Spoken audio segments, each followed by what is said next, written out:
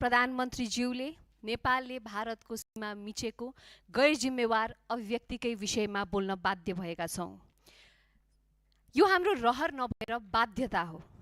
संसदको नियमित कार्यसूची अवरोध नहोस्, जनताका मुद्दा ओझेलमा नपरुन् भन्ने जिम्मेवारी बोधका साथ हामीले संयमता अपनायौँ, तर सरकारले त्यसलाई कमजोरी ठानेको जस्तो स्पष्ट देखिएको छ।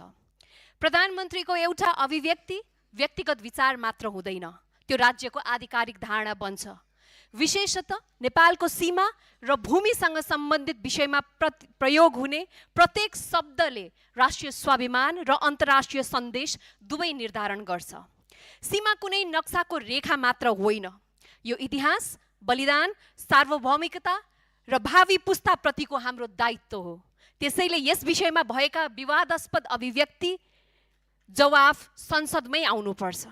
दुर्भाग्यवश प्रधानमन्त्रीज्यूले संसदलाई होइन, आफ्नै दलको चितवन महाधिवेशनलाई रोज्नुभयो।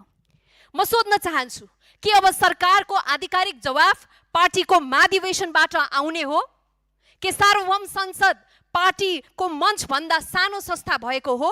संविधानले प्रधानमन्त्रीलाई कार्यपालिका प्रमुख बनाएको छ र कार्यपालिका संसदप्रति उत्तरदायी रहनुपर्छ। यदि संसदको सट्टा पार्टी मञ्चबाट जवाफ दिने अभ्यास स्थापित भयो भने संसदीय लोकतन्त्रको औचित्य के रहन्छ? सभामुख महोदय, म सत्तापक्षका माननीय सदस्यज्यूहरूलाई पनि आग्रहपूर्वक सोध्न चाहन्छु कि प्रधानमन्त्रीको उक्त अभिव्यक्ति तपाईहरूलाई राष्ट्रिय हित अनुकूल लाग्दछ? यदि मान्नुहुन्छ भने यही सदनमा उभिएर त्यसको पक्षमा बोल्नुहोस्। यदि मान्नुहुन्न भने प्रधानमन्त्रीलाई आफ्नो अभिव्यक्ति सच्याउन आग्रह गर्नुहोस्। हिजो सभामुखको अपमानको विषय उठाउँदा तपाईहरूले तुरुन्तै नियमापत्ति गर्दै अभिलेखबाटै हटाउनु भयो। हाम्रो साथ र सम्मान छ। राष्ट्रको विषयमा लिएको तपाईहरूको मौनता पनि एउटा राजनीतिक अभिव्यक्ति हो। तपाईहरू सत्ता पक्षका सांसद साथीहरूको मौनतालाई 3 करोड नेपाली जनताले कसरी बुझ्ने?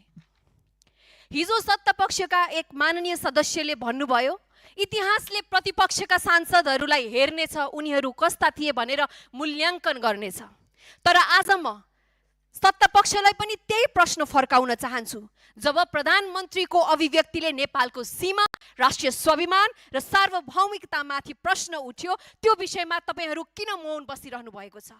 राष्ट्रको विषय आउँदा तपाईहरूको आवाज किन आउँदैन? केही थाहा नेतागत निष्ठा राष्ट्रिय स्वाभिमान र राष्ट्रिय हित भन्दा माथि कसरी पुग्यो? इतिहासले प्रतिपक्षले के बोल्यो भन्ने मात्र लेख्दैन, सत्ता पक्षले कहिले बोल्यो, कहिले मौन रह्यो र कसको पक्षमा उभियो भन्ने कुरा पनि लेख्नेछ। इतिहासले सत्ता पक्षको यो लाचारीपन अवश्य हेर्नेछ। त्यसैले सम्झनुहोस्, आज तपाईहरूको मौनता पनि इतिहासको अभिलेखमा दर्ज हुँदैछ। भोलि इतिहासले हामीलाई मात्र होइन, राष्ट्रको प्रश्नमा मौन बसेका तपाईहरूलाई पनि कठघरामा उभ्याउनेछ। त्यसैले आज म प्रधानमन्त्रीसँग 3 वटा स्पष्ट माग गर्दछु। पहिलो, आफ्नो अभिव्यक्ति सार्वजनिक रूपमा कोर्स करेक्सन गर्नुहोस्। दोस्रो, राष्ट्रिय हित विरुद्ध प्रश्न उठाउने ती अभिव्यक्तिहरू संसदको अभिलेखबाट हटाउन आफै पहल गर्नुहोस्। तेस्रो, यही संसदमा उपस्थित भएर सम्पूर्ण नेपाली जनता समक्ष स्पष्ट जवाफ दिनुहोस्। कहिलेकाहीँ आफूबाट भएका त्रुटि सच्याउनु नेतृत्वको कमजोरी होइन, उत्तरदायित्वको सर्वोच्च उदाहरणको रूपमा स्थापित हुन्छ।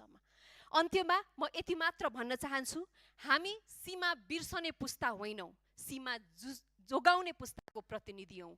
हामी संसदको गरिमा, संविधानको मर्म र नेपालको राष्ट्रिय स्वाभिमान भन्दा माथि कुनै दल, कुनै सरकार, कुनै पद वा कुनै व्यक्तिलाई कहिले पनि राख्न सक्दैनौँ। धन्यवाद।